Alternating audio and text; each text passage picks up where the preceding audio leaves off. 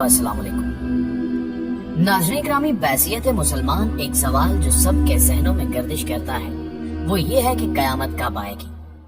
ये एक ऐसा सवाल है जिसके बारे में बहुत सी निशानदेहियां मौजूद हैं, लेकिन अल्लाह ही बेहतर जानता है कि क़यामत कब आएगी। लेकिन अल्लाह ताला ने अपने रसूल सल्लल्लाहु अलैहि वसल्लम के जरिए इंसानों तक क़यामत की निशानियां पहुंचाई हैं, जिनके बारे में रसूलुल्लाह सल्लल्लाहु अलैहि वसल्लम ने फरमाया कि कयामत से कबल इन निशानियों का ज़हूर जरूरी है।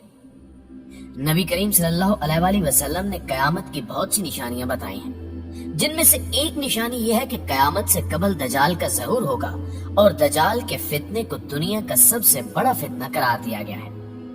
रसूल पाक सल्लल्लाहु अलैहि वसल्लम ने फरमाया कि इससे बड़ा फितना ना तो आया है और ना ही आएगा, जो इस जमीन पर रहने वाले अहले ईमान के लिए किसी बड़े इम्तिहान से कम ना होगा।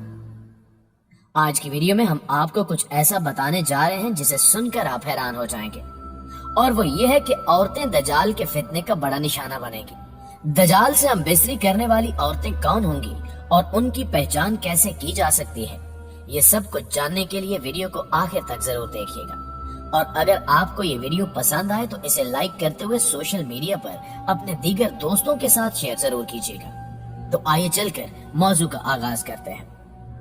मुअज़्ज़िज़ दोस्तों, सबसे पहले आपको अहादीस की रोशनी में दजाल के बारे में बताते चले। हज़रत अबू अमामा से रिवायत है कि नबी करीम सल्लल्लाहु अलैहि वसल्लम ने हम सबको एक लंबा खुतबा दिया और एक तकरीर फरमाई, और उसमें दजाल का हाल भी बयान फरमाया। आप सल्लल्लाहु अलैहि वसल्लम ने फरमाया कि जब से अल्लाह ने जमीन पर इंसान को भेजा है, उसके बाद से अब तक अल्लाह ताला ने जमीन पर दजाल से बड़ा फितना पैदा नहीं फरमाया। तमाम अंबिया अपनी उम्मत को दजाल से खौफ दिला रहे हैं, क्योंकि तमाम अंबिया अलैहिस्सलाम के आखिर में मैं हूँ और तुम ही आखिरी उम्मत हो, इसलिए दजाल तुम ही लोगों में पैदा होगा। अगर वो मेरी जिंदगी में जाहिर हो जाता तो मैं तुम सब की जानिब से उसका मुकाबला करता, लेकिन चूंकि वो मेरे बाद जाहिर होगा, इसलिए हर शख्स अपने नफ्स की जानिब से अपना बचाव कर लेगा। अल्लाह मेरी जानिब से उसका मुहाफिज होगा। सुनो, दजाल शाम और इराक के माबैन मकामे हल्ला से जाहिर होगा और अपने दाएं और बाएं पाए जाने वाले मुल्कों में फसाद पैदा करेगा। आप सल्लल्लाहु अलैहि वसल्लम ने फरमाया कि ए अल्लाह के बंदो, ईमान पर कायम रहना। मैं तुमको इसकी वो हालत बयान करता हूँ जो आपको आज तक किसी ने नहीं बताई। पहले तो वो नबूवत का दावा करेगा, फिर कहेगा कि मैं खुदा हूँ। तुम मरने से पहले खुदा को नहीं देख सकते तो फिर दजाल कैसे खुदा हुआ।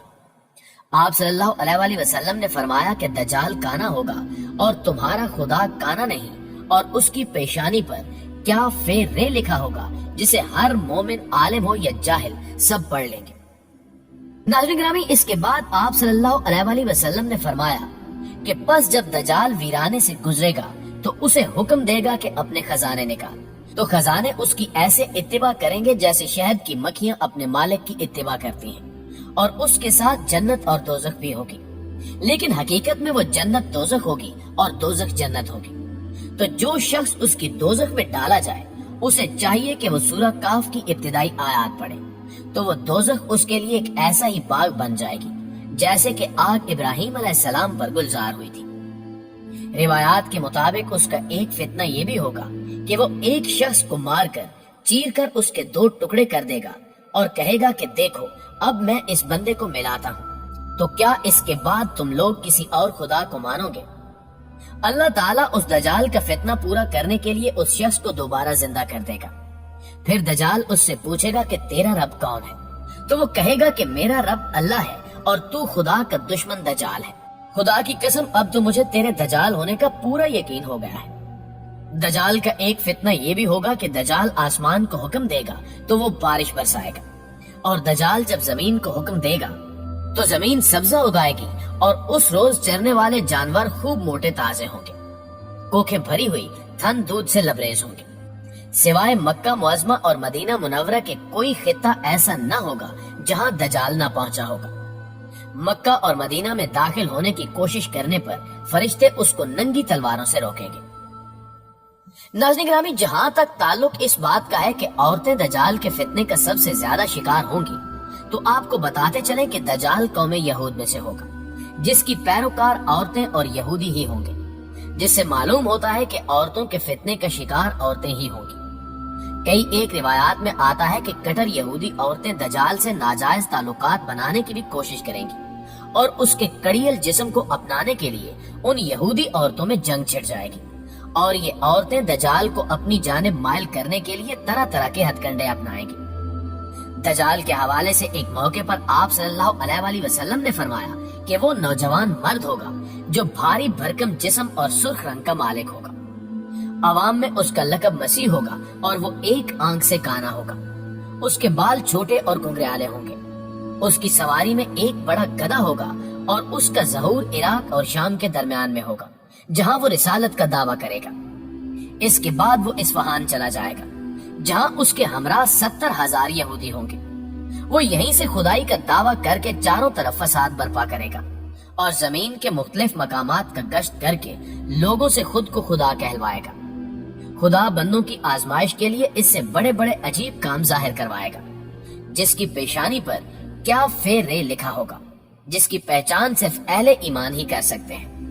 اس کے پاس ایک آگ ہوگی جو کہ وہ دوزخ سے تعبیر کرے گا، اور ایک باغ ہوگا جس کو وہ جنت کا نام دے گا، جو مخالفین کو آگ میں جبکہ موافقین کو جنت میں ڈالے گا۔ اس کے پاس کھانے پینے کی چیزوں کا ایک بہت بڑا ذخیرہ ہوگا، جس کو چاہے دے گا، اور جو اس کے مخالف ہوگا وہ اس کو مذکورہ چیزیں نہیں دے گا۔ وہ اس قسم کی بہت سی سزائیں مسلمانوں کو پہنچائے گا، لیکن اللہ کے فضل سے اللہ کی تسبیح و تقدیر مسلمانوں کو کھانے پینے کا کام دے گی۔ ناظرین گرامی، روایات میں بتایا گیا ہے کہ دجال کے ظہور سے 2 سال قبل قحط رہ چکا ہوگا، اور تیسرے سال دوران قحط ہی اس کا ظہور ہوگا۔ زمین میں دفن خزانے اس کے حکم سے اس کے ہو جائیں گے۔ وہ بعض آدمیوں سے کہے گا کہ میں تمہارے ماں باپ کو زندہ کر سکتا ہوں، اس لیے تم کو چاہیے کہ میری یہ قدرت دیکھ کر میری خدائی کا یقین کر لو۔ اور اسی حالت میں بہت سے ممالک سے وہ گزرے گا، یہاں تک کہ وہ یمن پہنچے گا، جہاں بہت سے بد دین لوگ اس کا ساتھ دینے کے لیے تیار ہو جائیں گے۔ تو وہاں سے واپس ہو کر وہ مکہ مکرمہ کے پاس مقیم ہو جائے گا۔ وہ مکہ اور مدینہ میں داخل ہونے کی کوشش کرے گا، مگر محافظ فرشتوں کی وجہ سے داخل نہ ہو سکے گا۔ اس کے علاوہ مدینہ منورہ میں 3 خوفناک زلزلے آئیں گے، جس کے بعد وہاں رہنے والے بد عقیدہ لوگ خوف کی وجہ سے شہر سے نکل کر دجال کے پھندے میں جا پھنسیں گے۔ مدینہ منورہ سے دجال ملک شام کی طرف روانہ ہو جائے گا، اور اس کے پہنچنے سے قبل امام مہدی علیہ السلام دمشق پہنچ چکے ہوں گے اور دجال کے ساتھ جنگ کرنے کی تیاری کرنے کے لیے فوج ترتیب دیں گے۔ ایک دن لوگ نماز میں مصروف ہوں گے کہ اس دوران حضرت عیسیٰ علیہ السلام 2 فرشتوں کے ساتھ دمشق کی جامع مسجد کے مشرقی مینار پر اتریں گے اور امام مہدی علیہ السلام سے ملاقات کریں گے۔ یوں حق و باطل میں ایک خون ریز جنگ شروع ہوگی اور مسلمانوں کو فتح نصیب ہوگی۔